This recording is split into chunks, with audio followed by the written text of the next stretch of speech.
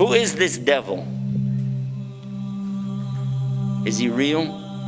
Or is it a figment of your imagination? Or is it just something in philosophy? According to the Quran, he's very real. Substance is real, you just don't see it. He lived before us, he's still alive today. That's an amazing subject right there, isn't it? That's amazing.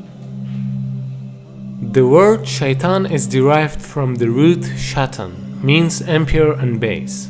Shaitan refers to an entity that is rebellious, irrespective of whether it is of humans or jinn. It is also said that it means a nefarious soul, who is distanced from Allah subhanahu wa ta'ala and from the truth. So shaitan is in both forms, the jinn and the humans, as Allah subhanahu wa ta'ala says. وَكَذَلِكَ جَعَلْنَا لِكُلِّ نَبِيٍّ عَدُوًّا شَيَاطِينَ الْإِنسِ وَالْجِنِّ.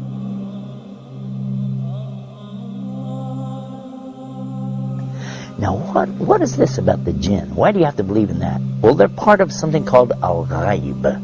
Al-ghaib means the things you don't see, the unseen. You agree and I agree, we don't see Allah. Okay, so he's in the ghaib, the unseen. We agree there are angels and you don't see them. They're in the ghaib, unseen, made out of light.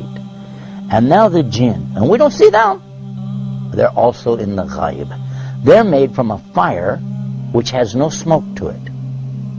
And if fire has absolutely nothing like smoke to it, or that it could be that you don't see that either. There's heat that you don't actually see, isn't that true? The both kind of shayateen are trying to lead people to evil deeds. The jinn kind of them are whispering to your hearts so that you can't see them or hear their whispering.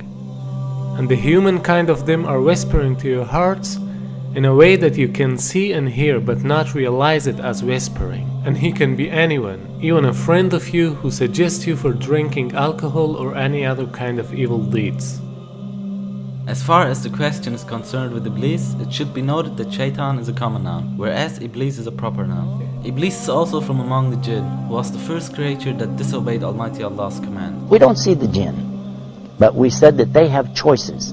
And they were making choices even before Adam or human beings were ever created. And their choices were sometimes good, sometimes bad. From them comes the one we call Lucifer or Iblis. And who is that? Who is Lucifer? Who is Iblis? You might say he's the devil, the Satan or Shaitan as he's called in the Arabic language. But actually, he started out as a worshipper of Allah. And he was worshiping and praying to Allah and extolling Allah to the extent that Allah raised him up to be even with the angels. Now remember, this guy Iblis is not an angel, but he was worshiping alongside of them because of his ibadah or worship, being so lovely, and Allah raised him up, you see. But then what happened? And this is an important story. So we'll digress from a moment from our beauties of Islam to go into this to get a concept here to understand a big mistake that some people make when they say that he's from the angels. Angels don't make mistakes. They do as they're commanded. So when Allah created the best of his creation, what did he create? He created Adam, a human being. He created Adam from what? He created him from mud or clay.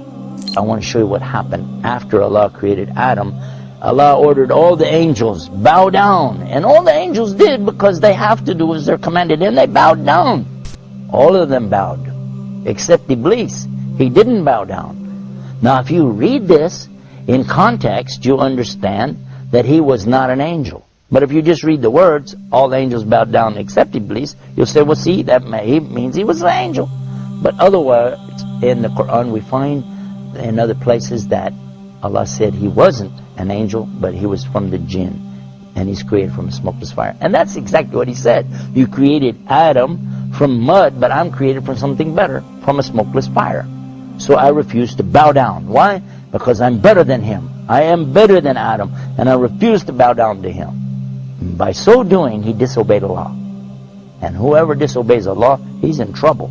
But especially if he does it out of his arrogance and his pride. I refuse to obey because, I know better. And in this way, he put himself in the worst possible condition with Allah. Allah condemned him to hell forever. And he said, I don't even care. Just let me take him, meaning Adam, and his children along with me to hell. What? For what? Because of this thing called pride or arrogance. Kibr in the Arabic language. And what is kibr? And kibr is something comes from kabara. Kabara is the root of the word akbar. And only Allah is akbar. Allah is greater and greater and greater than anything. But a human being has no right in front of Allah or anything it's created. The jinn, the angels, nothing have the right to come in front of Allah like this and say, hey, who am I? I'm this, I'm that. No. Allah gave you a commandment. You do it. Now the important point is that everyone thinks that it is because of Shaitan that we commit sins. That's why they're asking some questions like, why Allah created Shaitan? Or why Allah didn't finish Shaitan so that we wouldn't commit sins? Here's a misunderstanding. Shaitan cannot do anything more than whispering. To make it more clear, let's ask a question. Before Iblis became Shaitan, there was no other Shaitan, right? So who told Iblis to disobey Almighty Allah's command? Here's the point. There was no Shaitan before him. He did it because of his nafs. Suppose that even if there was no Shaitan, still we'd have nafs. So we'd commit sins. Because this world is a test for the mankind and the jinn kind. Now same as the case with Iblis, he's also in this test because he is a jinn and he has nafs.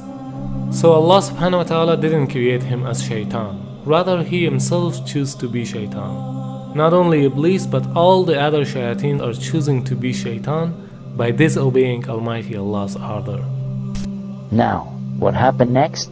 Well, that's when Allah told Adam that he could have anything that he wanted in all of the paradise. Go ahead, enjoy. But there's one tree, don't eat from it. Of course, you know what's going to happen. And the devil came to him and to Eve and got them to eat from that tree. And they were cast down because of that.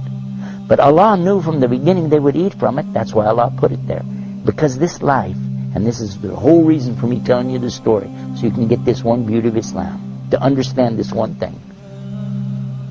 This life is nothing more than a test. The obvious point is that Iblis was the first of all shayateen. Therefore, he is the leader of them. And all shayateen are tools for this test, even though they are also giving test.